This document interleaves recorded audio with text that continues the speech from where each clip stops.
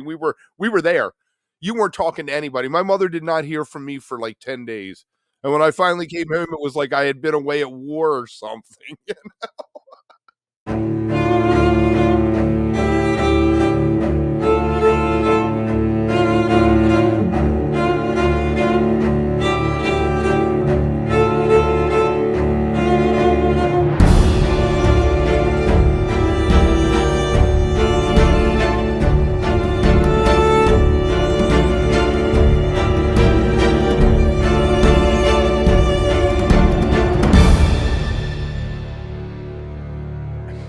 So how did you end up at the Great Went? So I went with 3 of my buddies. Obviously, I'd been to the Clifford Ball, so I wanted that experience again. And it was far. Limestone was a lot further than Plattsburgh was. The Great Went was a short drive from anywhere. At least that's what it said in the Donauwörth Schweiss. And of course, the joke was that it was a long drive from even the closest gas station. I guess it started not long after the Clifford Ball ended. We had all convinced ourselves that they were going to do a festival every year in perpetuity. We were like, they have to do this again. This was such a huge success. So it finally comes out that they're playing Maine, Limestone, Maine, right? That's where the festival is. You get out a map and you're like, damn, it's like at the end of America, you make a wrong turn and you're in Nova Scotia. And all these tents set up in these, in this abandoned, decommissioned Air Force base that was so far up north in Maine, it was actually above Nova Scotia. By that point in '97, I was all in on Phish internet coverage and following what the band was doing, and so I don't remember exactly how I heard about it.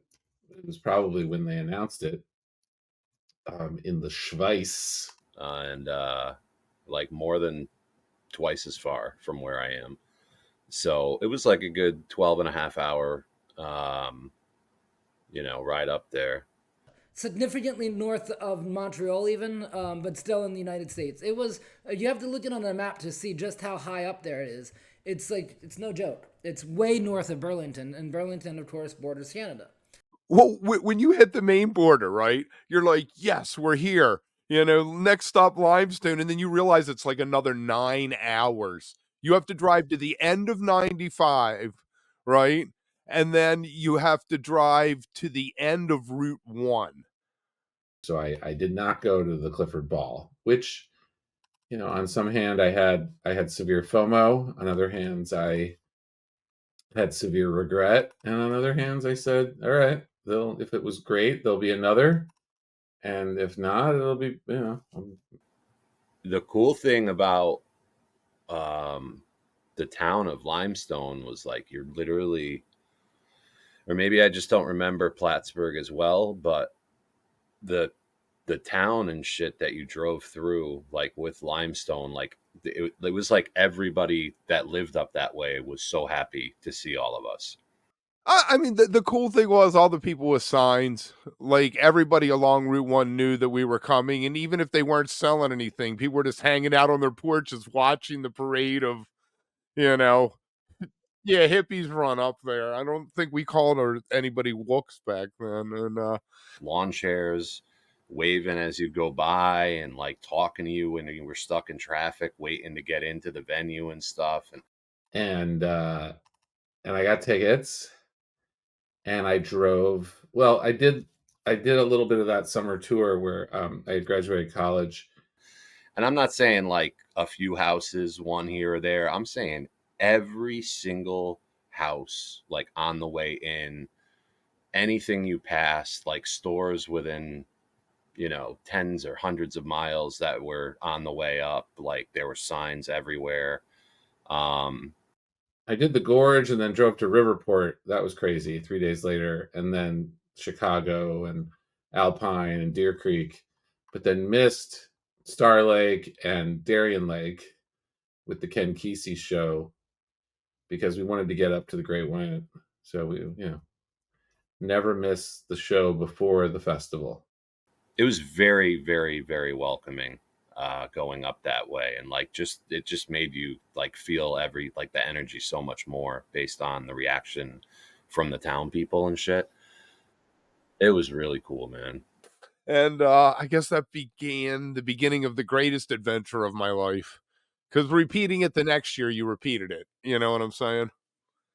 Initially, it all kind of felt the same going in, but it seemed like there was like more shit. Like you could see like sculptures and like I don't know. It just seemed like a little busier.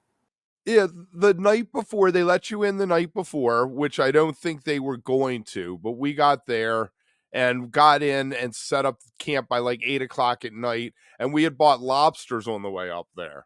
And we had this huge lobster pot and we were sitting there cooking lobsters. And But I had like the same kind of setup. We were like all the way furthest away from where they would play music and like where the stage was and shit. We were like all the way down the fucking tarmac at the other end and like had to walk through everything. And this poor woman came over, girl. She was like, "Can't you hear them screaming?" And she was all veganed out on us. And we were like, "Oh man, this is going to be a weird trip. We just wanted to eat lobster in the middle of nowhere."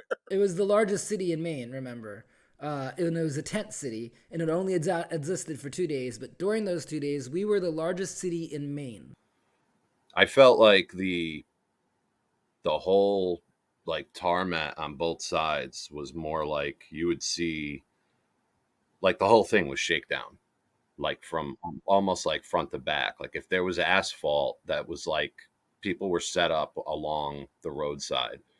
Now, as with the Clifford Ball, there were these ginormous shakedown streets, and not the type that you think of these days, because I don't remember much vending. I think they probably tracked down on vending. They tracked down on vending, and they tried to track down on nitrous too, kind of successfully. I just remember being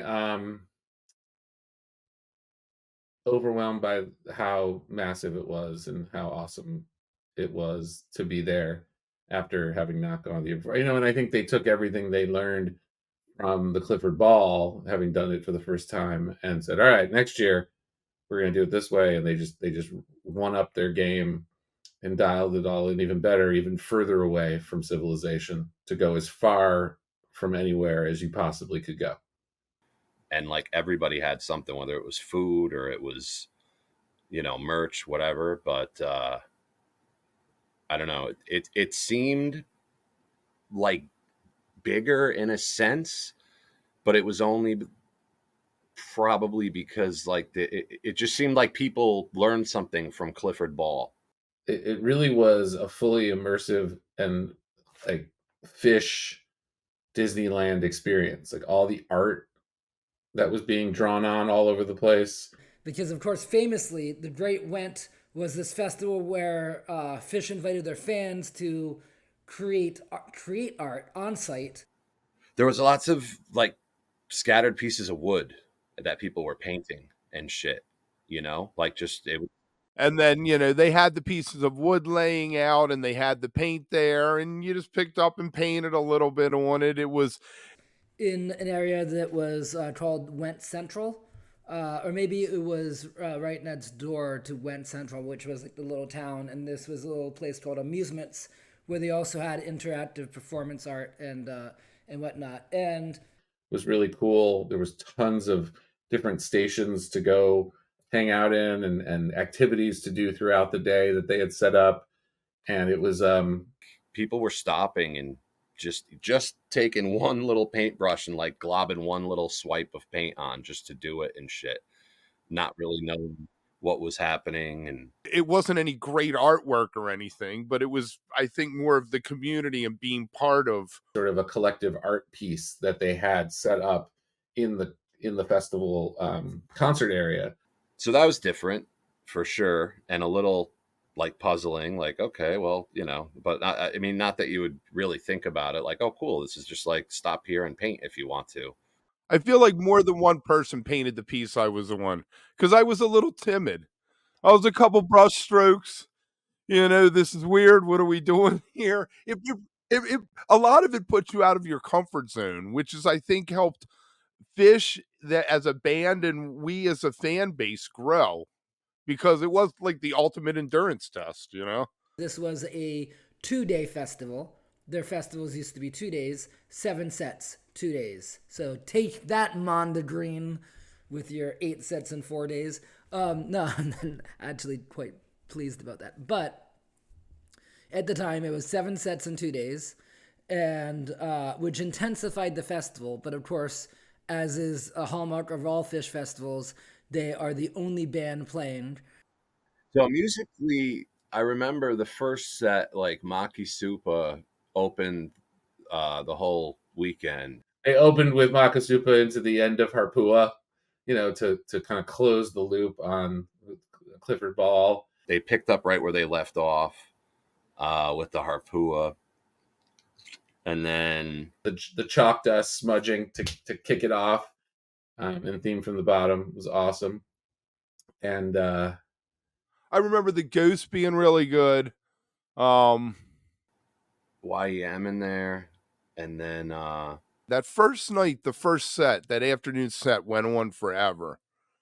I don't know. I think the first set was a little kind of up and down. The second set I thought was really good. The Wolfman's Into Simple was a very two very good jams. There was a good Simple. I feel like there was a really good Simple. And yeah, I mean that Simple is really one to listen back to. They took it out there and really crushed it. Jam Out of My Soul was dope. The Halley's Comet Into Cities that opens the third set was fucking awesome. Haley's was kind of funked out, and that was cool shit. But it wasn't, I guess at that time, myself as a fan, and I feel like the people around me, it wasn't so much, oh my God, that was the greatest version ever, comparing it to other things. You're like, wow, man, that was cool. And you had your favorite song from the night. And, looking back now, it might not have been the best version, but it felt much more in the moment. And maybe that's the lack of social media, the lack of having phones. I mean, we were there.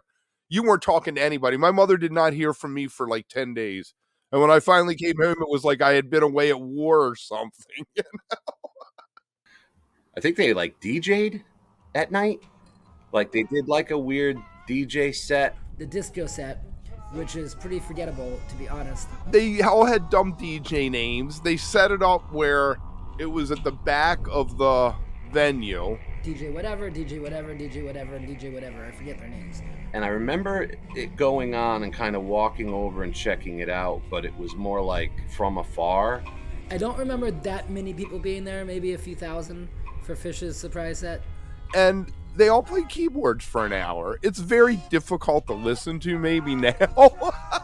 I wasn't on anything that would like make me want to stick around for the DJ sets. Fishnet does not list the disco set as being a set. I don't know. It was a weird late night thing of like all the ones they've done. That was like kind of strange. Anyway, then the real disco parties happened with Electric Avenue, which was even worse musically, obviously. They list everyone else, Flatbed Jam, Ambient Jam for Lemon Wheel, but it does not list it as the fourth set on the first day. And I really enjoyed that. So it's dawn.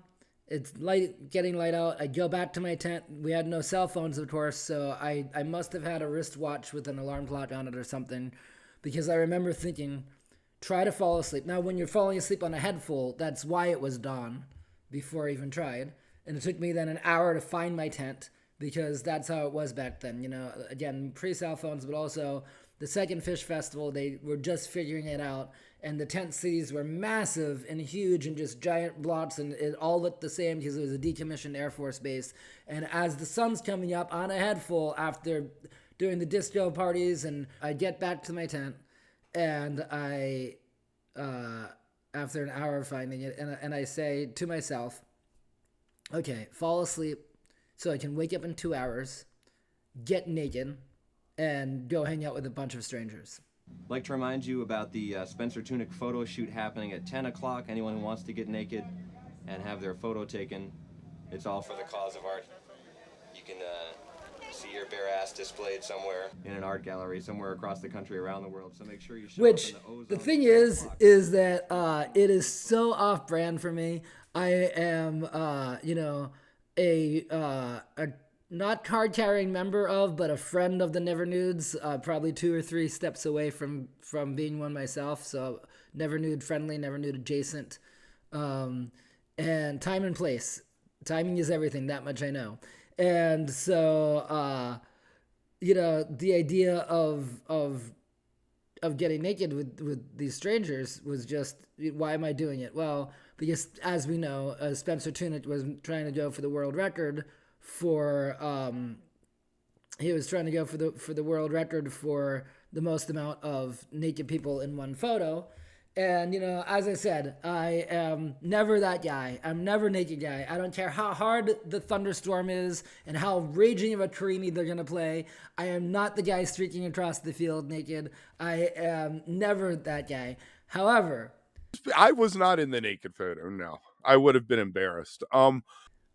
Safety in numbers, right? So I woke up and I went to the designated area they had us go into, and it was, they had, I don't remember if they had lockers. I mean, it wasn't like lockers, but like cubbies. I don't remember what they had, but we all stashed our stuff, and they made us take everything off, including necklaces, including wristwatches.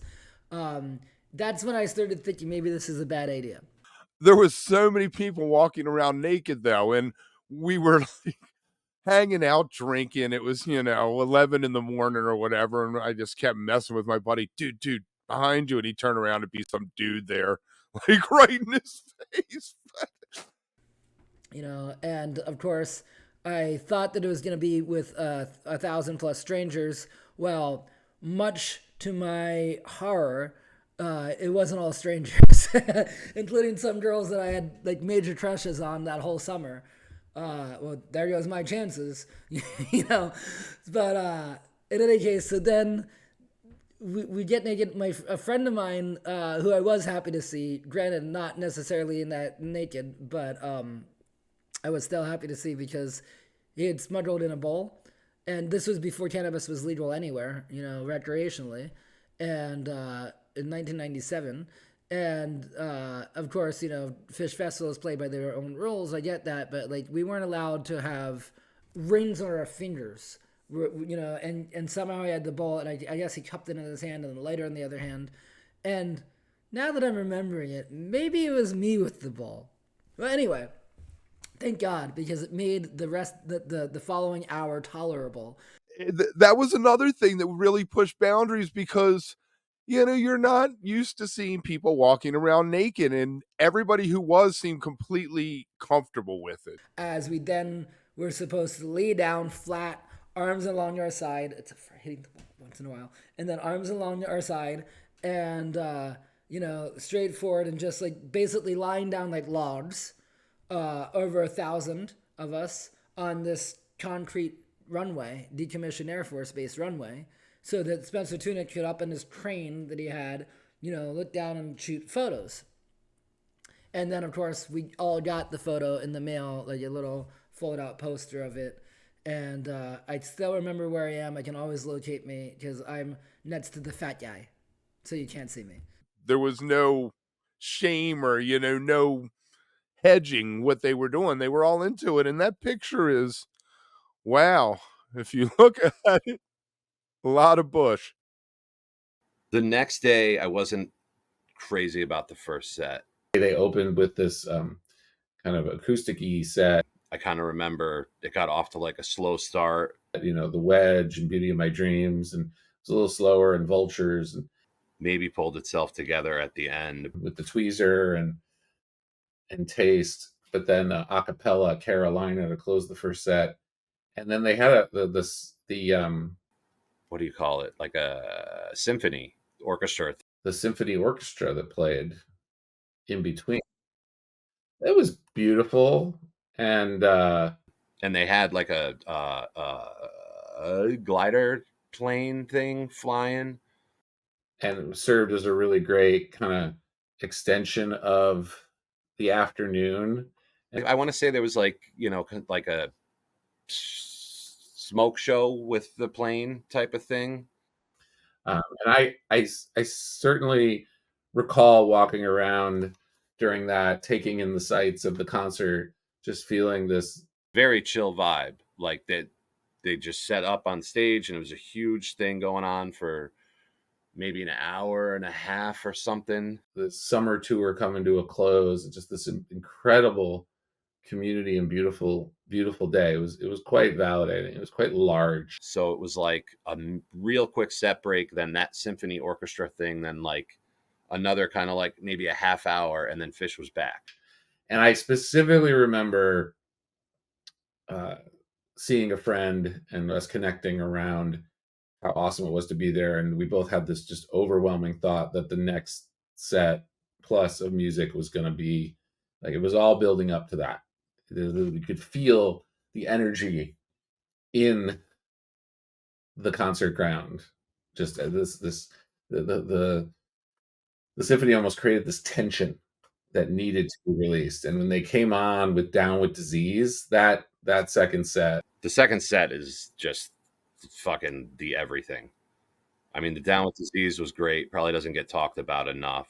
Down with Disease went big, and then the great went Bathtub Gin that followed, which will forever be memorialized as, you know, Went Gin. Obviously, the Went Gin changed a few people's lives. Not mine necessarily, but it did enhance it. We're talking like top 2, top 3 Bathtub Gin of all time. Truly one of my all-time favorite musical moments. Jumping up and down in the middle of a field with tens of thousands of other people. Just pure hose out of the fucking jam. That was fucking awesome. All right, I tell you what, I don't remember the Bathtub Gin being this life-changing jam that has had so much ink spilled over it and so many videos made over it all these years. I don't remember at that moment it being like that. You can hear the crowd react towards like when it peaks. I can hear it. You can hear it on the tapes, that there's this audible appreciation from the audience of like how they nailed it, and just this collective effervescence, as it's been called. And then I think the 2001 segued into the art jam. Trey gave the speech about the art that they were doing, and that was pretty much like the band members taking turns 2 at a time, like painting.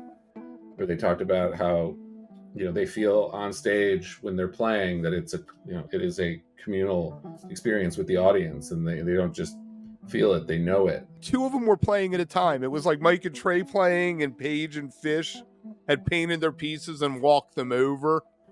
While the other 2 continued to play the kind of jam behind it. And then they were going to take their art and connect it to the art that the audience had been making all weekend. And then when it was finished, they passed it through the crowd. And although I don't remember whether or not I painted, I touched and kind of passed the artwork. You know, I was part of that kind of thing. It was very communal experience. It was one of those like, okay, we're all in this together. And then they did what they could only do at that moment. The coolest thing I've ever seen at a Phish show happened. The familiar drum beat of Harry Hood to close the set. They asked Garota to turn the lights out. So, Chris, if you want to kill the lights, we can just look at the moon and the sculpture. So we could see the full moon, which they had done at the Gorge a couple weeks earlier.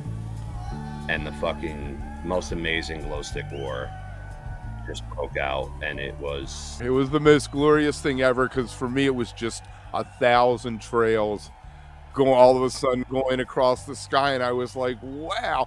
And I mean, these weren't, you know, you go to a show now and like Harry Hood gets played, maybe they throw a couple of those like skinny, lightweight rope fucking glow sticks. These are the old like lunkers, like the big thick fucking, you get hit in the head or something, they kind of hurt. And Trey uttered his infamous words of "Go get more of those things."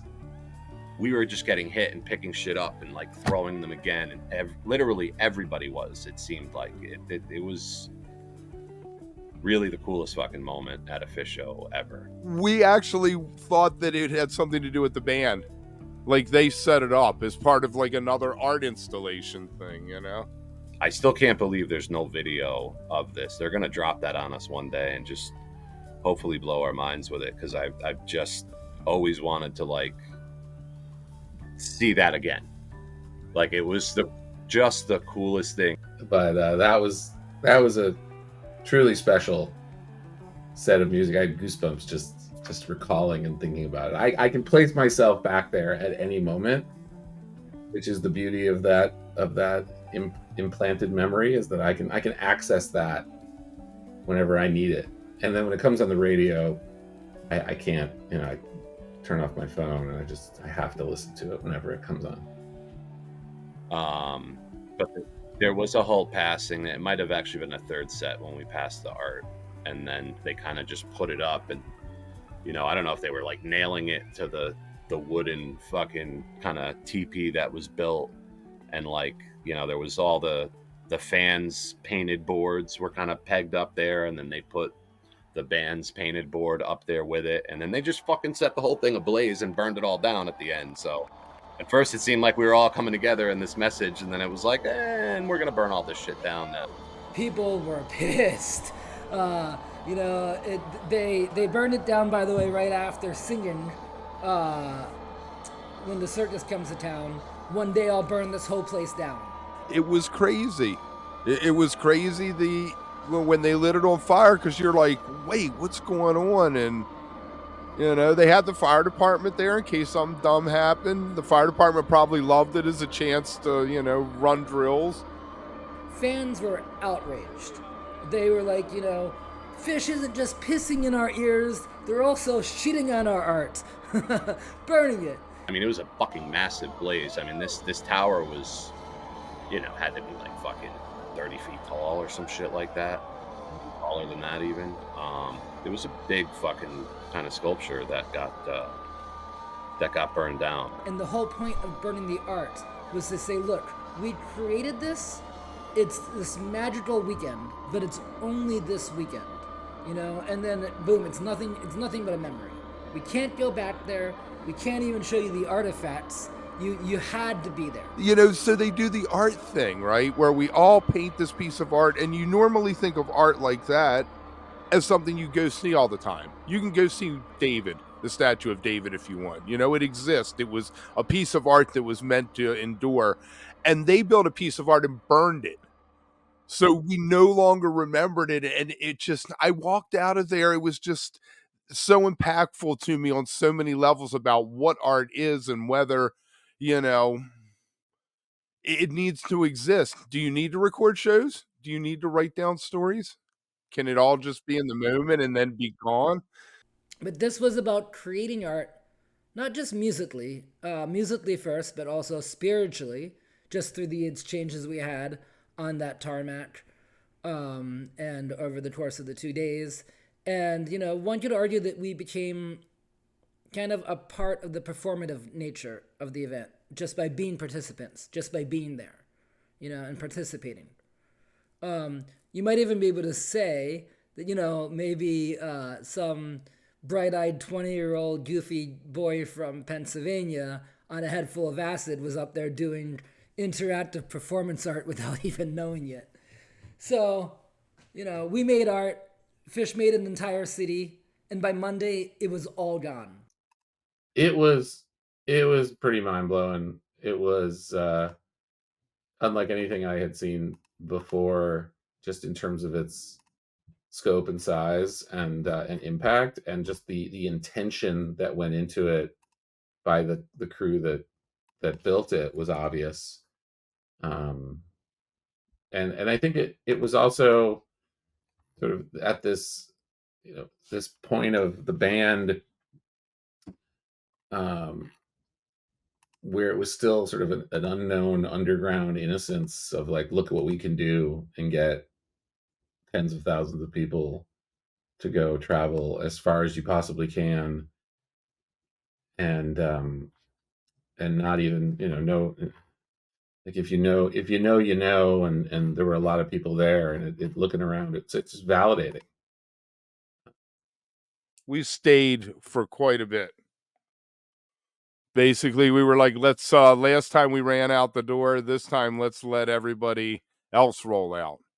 A lot of people left after the second night, after the music was over. They didn't hang out. We hung out till probably the next afternoon until they were like, time to go.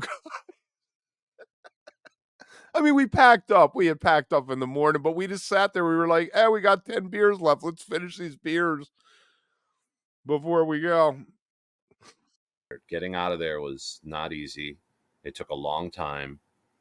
But once again, just like coming in, all the people were super fucking friendly. I mean, there's little kids outside, and like their parents were letting them outside. I mean, it was a weekend, but I felt like we were still stuck in traffic at night, like trying to get out of there and stuff. And maybe we left right after the show, actually, and didn't stay the night. We may have done that because I remember it being like, well, they would have been later than 10 o'clock at night, though. So I don't know. But I feel like it was dark out. It was late out. Kids were outside and like playing and shit. And there were people selling like food out of their kitchens. Like you'd see signs for like twice baked potatoes, 2 for $5 and shit like that. And they were fucking banging, dude. You got mom, the kids are the runners for mom. They're collecting the money. Thank you. With like 5 teeth missing in the front, all cute and shit, and everybody was just so fucking like happy and welcoming and bye. I hope you had a good time here. And holy shit, man. It was just an all-time epic experience.